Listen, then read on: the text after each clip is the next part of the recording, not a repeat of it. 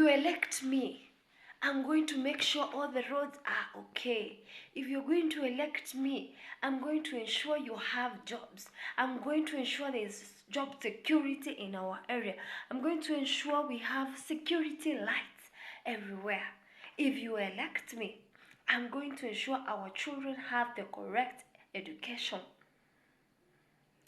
Mkinichagua, nitafanya a, ba, cha, da. Mambo ni sasa. We are the brand. We are on the ground. Okay? Nakumbuka sauti yako laini kuhusu utakavyotuwezesha kwenda pasi kutembea, huku mikono imejikunja kwa shangwe la maisha. Na hapo niketipu, zitaisha zote tabu pindi nikikuchagua. Baraza la wawakilishi kuingia. Lakini ndogo, mbona umwepesi wa kusahau? Kwamba mara ile ya kwanza uliponijia hapa kwenye kibanda changu cha makuti, ukiapa haki ya Mungu, I swear, huku wahema kama mhubiri aliyeiva kwa jazba, ukaranda huku na kule, ukihangaika kuutua kwa kinywa chako mwenyewe ushahidi uliogushi kwamba nikikuweka kwenye zulia jekundu, gari la bule na watumishi chungu, kuilinda na kuitumikia hadhi yako mpya, nami utaniletea japo hadithi za pale ulipodai kwenda kunisemea. Nakumbuka muhula wote sikukuona. Nilikusikia kwa mbali ukijipiga kifua. We are unbeatable. We are unbeatable. Sisi ndio kusema. Kwa kutawaliwa na vyote vilivyokuzunguka, ukiimba nyimbo zisizo heshima.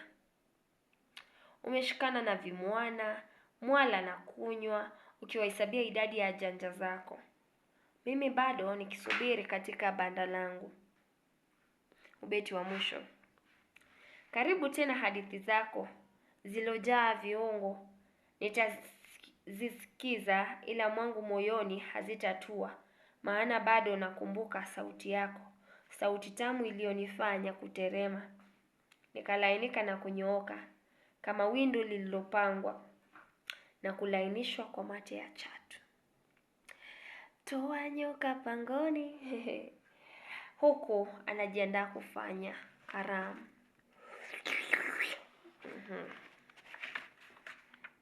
Shairi hili lina uzito.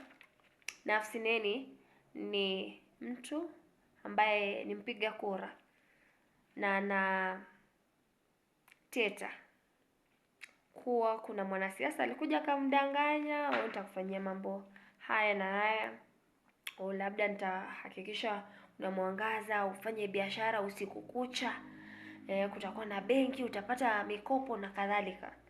Lakini alipopata ule uongozi akapotea tu, akawa tena ni fununu tu, hasikiki tena, bali anajipiga kifua badala ya kwenda kumtetea yule mpiga kura. Na nadhani kuna watu ambao wanaweza kurelate usuhuba kusubi. Shairi lenyewe ni shairi huru, ni shairi la kimapinduzi, shairi la kisasa. Sijui mbona mwalimu wangu anapenda mashairi ya kisasa. Na tunaona linaleta taswira kamili.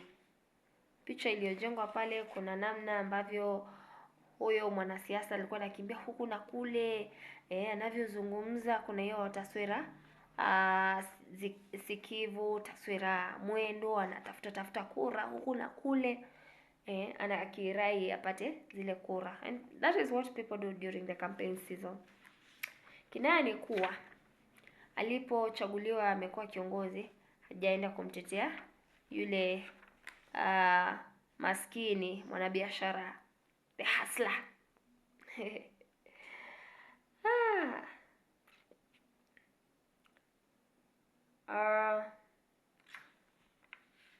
Kitu kingine ambacho tunakiona pale kimaudhui ni itikadi ya maisha.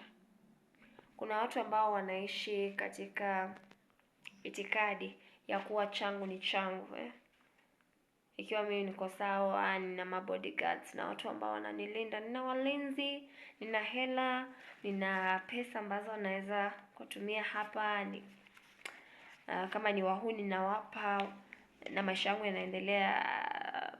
Maisha yako hayanihusu tena, hata kama nilikuahidi.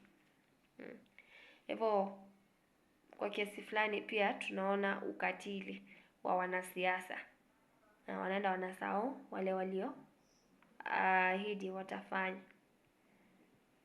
Na ni usaliti. It's betrayal of the highest order, surely. Why are you not returning the bargain, the end of the bargain?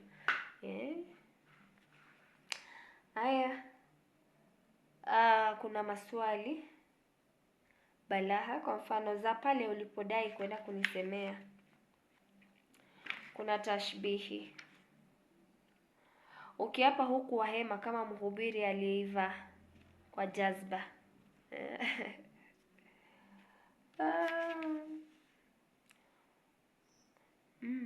Ni maudhui ambayo yanajikita katika shairi hilo.